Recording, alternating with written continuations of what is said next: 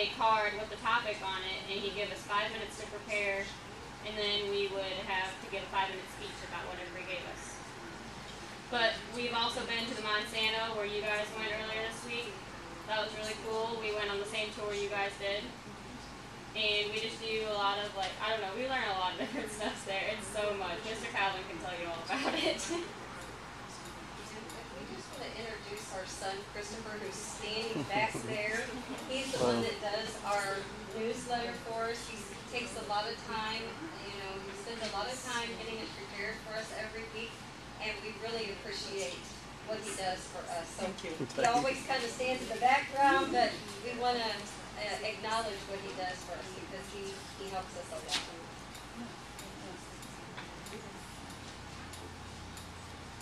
If everybody's ready, we can walk out and look in the high tunnel. We can look at the equipment. If you notice, there's a...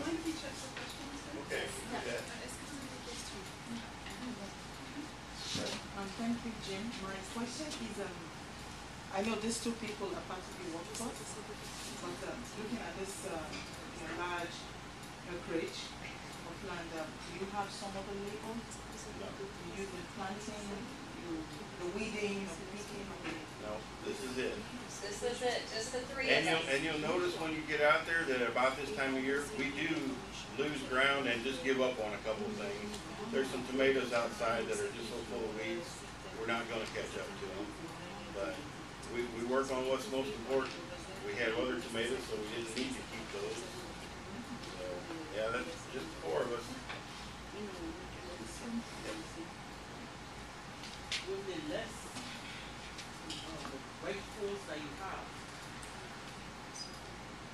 do you have machineries and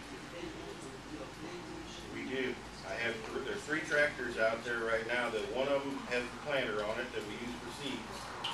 One of them has the rototiller, the 5-foot rototiller that does all the tillage. And the other one actually has a potato digger on it. And that one's interesting because that potato digger is from 1899 and the tractor that's pulling it is from 1999. So there's 100 years difference. 1899. Right. It was horse drawn originally and someone converted it over to pull with a tractor. But it works great. It's all out there. We can look at it. Yep. Is it possible for someone who is interested in the seeds of the crop?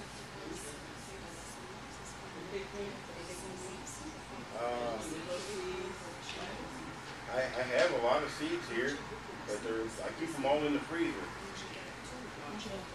The seeds, if I leave them out, they will only last maybe 1 season, possibly 2. But if I keep them in the freezer, I have seeds that are 10 years old that are still fine.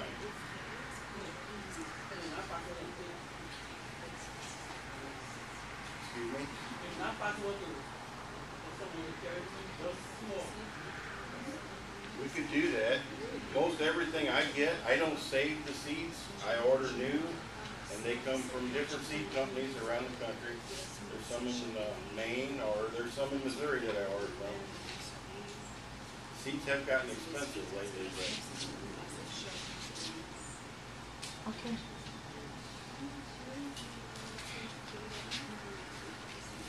That I don't really know. How much rain per year do we normally get? 35 inches. 35 inches is the average. We're way behind right now. Yeah, we're a little bit behind right now. You'll notice Yeah. you'll notice out there is really dry. It's been hot. We're not used to temperatures over 100, and we had over a week that was over 100 every day. So that place puts a lot of crops right in the field.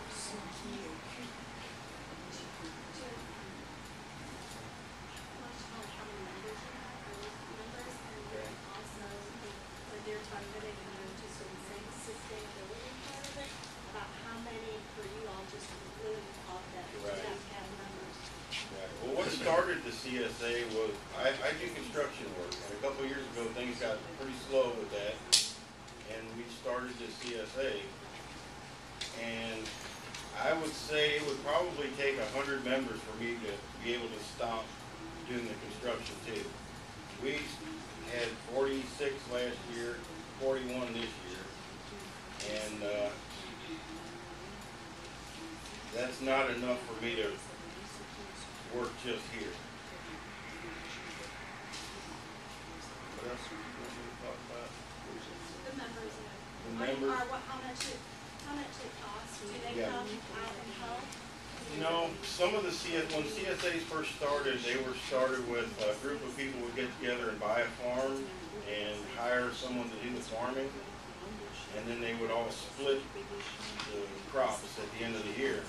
That's kind of evolved lately into more of a subscription service. And what happens now is people join now, and I don't even see a lot of the people all year. I drop off the cooler at their house, they're gone. And then I pick up the next one the next week. Some people come out and they come out at the end of the year and pick things. Some people come here and pick up, but a lot of them that are down in St. Louis, I don't ever even see. Everything's done with email, and I might meet them once or twice a year if they're home, but that's it. But they all enjoy it. They send emails telling me what they think of it. And most of our communication is all through email. The coolers, we have two different sizes. The ones on the right back there are what we call a full share, and we charge $900 for that, and that gets at least 20 deliveries. Usually we do 21 or 22, and then at the end of the year we tell everybody they can come out and pick whatever's left. Some do, some don't. But then the smaller coolers, that would be more for a couple, 2 people or something, and that charge $575 for that. Those are the delivery charges. How many years? How long? What is how many years have you been doing this one? We have lived here for 13 years, and I've grown vegetables and sold them here for about the last 10. We started the CSA, this is our 3rd year. The wagon that you see out there, all of our overflow produce that we don't need for the coolers goes out there and people buy it out here. We use the honor system out there. The prices are there, the scale is there, and there's a money box. So they weigh it and put the money in the box.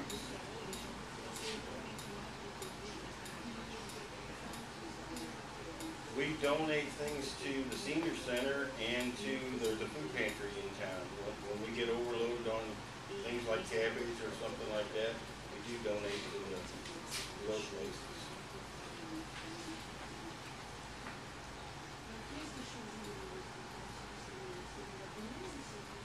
Who chooses what you plant? Is it your subscribers, or do you decide what you're going to grow?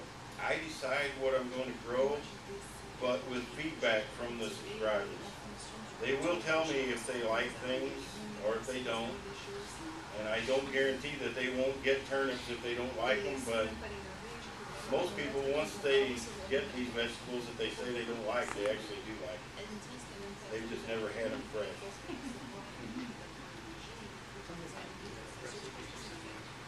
The recipes, my son Chris does that with the newsletter, and he coordinates that with the list that we give him of what we're going to have that week.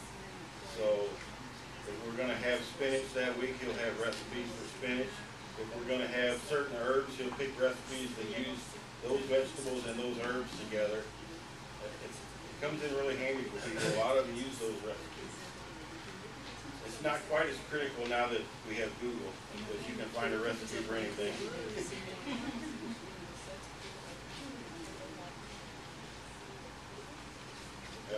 One of our main accomplishments was putting a walk-in cooler in here. The first year, or about the first 3 weeks, we did not have a walk-in cooler. That's a necessity, because you can't pick things and keep them for more than a day without that. Does everything get processed in here? Everything, the tables you're sitting at, usually on Friday night, I spread those coolers out in here, and they're all cleaned and sitting here waiting.